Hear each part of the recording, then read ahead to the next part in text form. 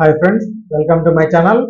ఆంధ్రప్రదేశ్ రాజకీయాల్లో కూటమి ప్రభుత్వం కేవలం 5 ఏళ్లకే పరిమితం కాదని, రాష్ట్ర ప్రయోజనాల కోసం ఇది మరొక 30 ఏళ్ల పాటు కొనసాగిన ఆశ్చర్యం లేదని బీజేపీ నేత పివిఎన్ మాధవ్ సంచలన వ్యాఖ్యలు చేశారు.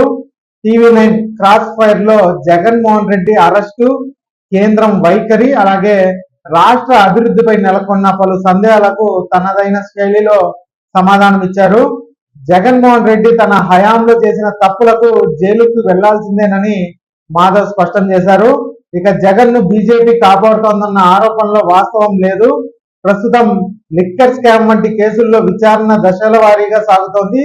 ఇప్పటికే కొందరైతే దొరికారు. ప్రధాన సూత్రధారిని గుర్తించే పనిలో దర్యాప్తు సంస్థలు ఉన్నాయి అనేసి ఆయనైతే అన్నారండి. పక్కా ఆధారాలు లభించినప్పుడు చట్టపరమైన చర్యలు తప్పవు అనేసి కూడా చెప్తున్నారు. ఇక అరెస్ట్ అనేది కేవలం సమయంతో కూడుకున్న పని మాత్రమే అని కూడా ఆయన అయితే వివరించారు. కాబట్టి ఒక లైక్ చేయండి, అలాగే మా ఛానల్ సబ్స్క్రైబ్ చేసుకోండి. Thanks for watching.